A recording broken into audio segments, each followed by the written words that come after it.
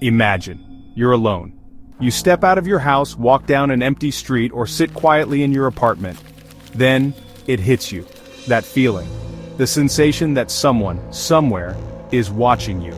Closely. Intently.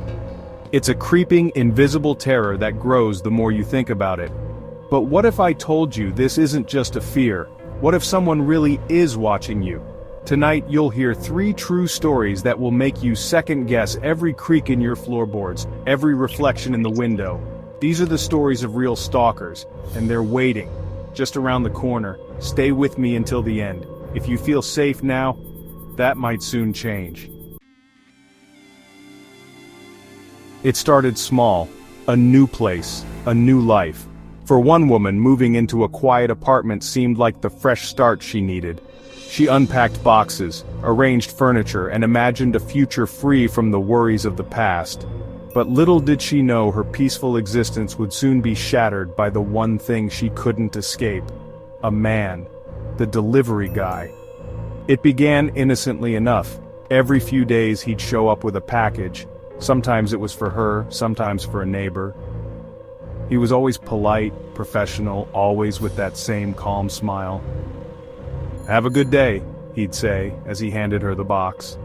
Each time she'd close the door, dismissing it as nothing more than the routine of apartment life.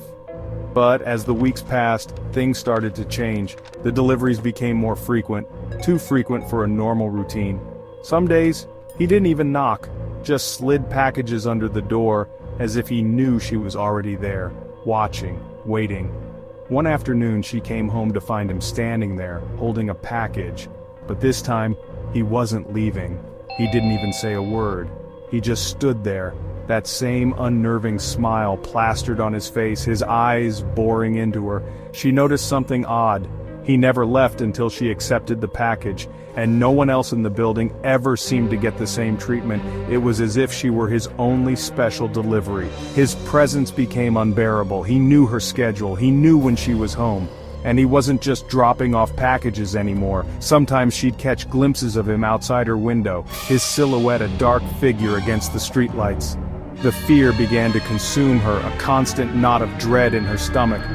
The worst came one night. She received a package with no return address. Her hands trembled as she opened it, a sense of foreboding washing over her. Inside, she found a single crumpled note. "I know you're home, and I'm not going anywhere." That was the last package she ever received. No one ever saw the delivery guy again, but the fear remained. Because now, she knew, she was never truly alone. The silence of her apartment, once a comfort, was now a constant reminder of his unseen presence. Every creak of the floorboard, every rustle outside her door sent shivers down her spine. The fear of the unknown, the fear of what he might do next, haunted her every waking moment. She had become a prisoner in her own home, trapped by the terror he had inflicted upon her. The delivery guy, once a mundane figure in her life, had become a symbol of her deepest fears, a constant reminder that even in the safety of her own home, she was not safe. She was new in town, and the apartment complex seemed like the perfect place to start fresh.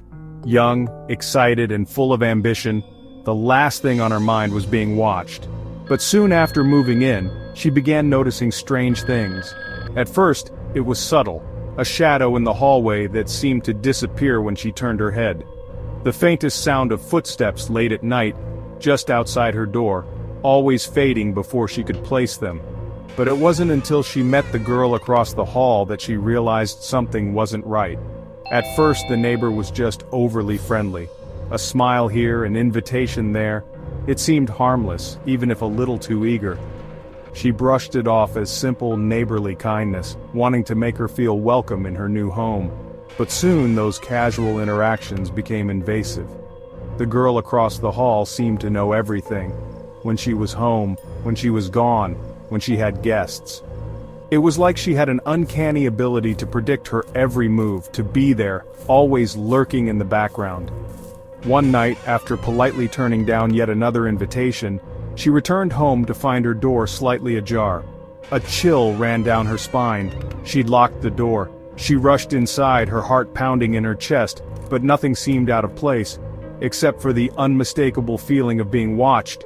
It was as if someone had been there, in her space, and had only just left moments before her arrival.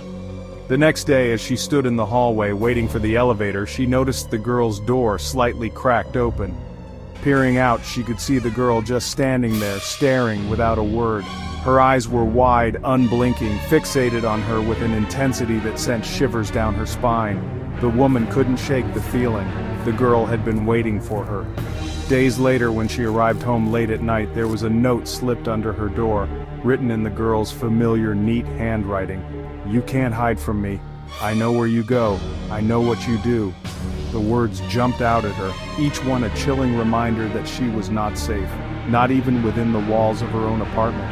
The woman never saw her neighbor again after that night. She moved out, the fear and uncertainty driving her away from the place she once thought was a fresh start. But the fear followed her, because there were things she couldn't explain, like how the girl knew exactly what she had been doing, even when she was miles away. It was as if the girl had some kind of sixth sense, some way of knowing her every move, every thought. The woman was left with a haunting sense of paranoia, a constant fear that she was being watched, followed, that her every move was being tracked by unseen eyes. The girl across the hall, once a seemingly harmless neighbor, had become a symbol of her deepest fears, a constant reminder that even in a crowded city, she was not truly alone, and that some secrets are best left buried. Our final story is one that chills the bones of anyone who's ever felt the presence of something in the shadows. This man, like many others, thought he was safe in his quiet neighborhood.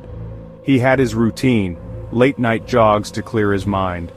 The familiar streets, the soft glow of streetlights, the gentle hum of the night. It was his escape from the stresses of everyday life. But tonight, that peace would be shattered. It was a clear evening, and the streets were empty. Just the rhythmic sound of his feet hitting the pavement, the only company he needed. But then, he began to feel it. That sensation, the one we all dread, being watched.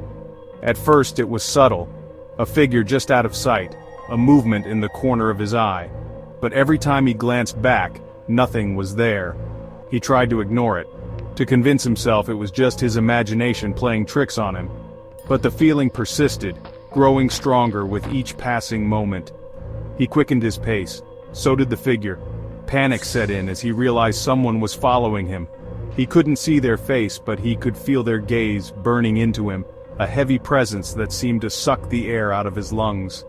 The sound of footsteps, always at the same distance, never closer, never farther, was like a metronome counting down the seconds until something terrible happened. He tried to shake it off, increasing his speed, pushing himself to his physical limits, but the figure was relentless, keeping pace with his every move. When he reached his street, he bolted for home, looking over his shoulder every few steps, his heart pounding in his chest. But when he reached his front door, fumbling with his keys in his haste to get inside, there was no one in sight.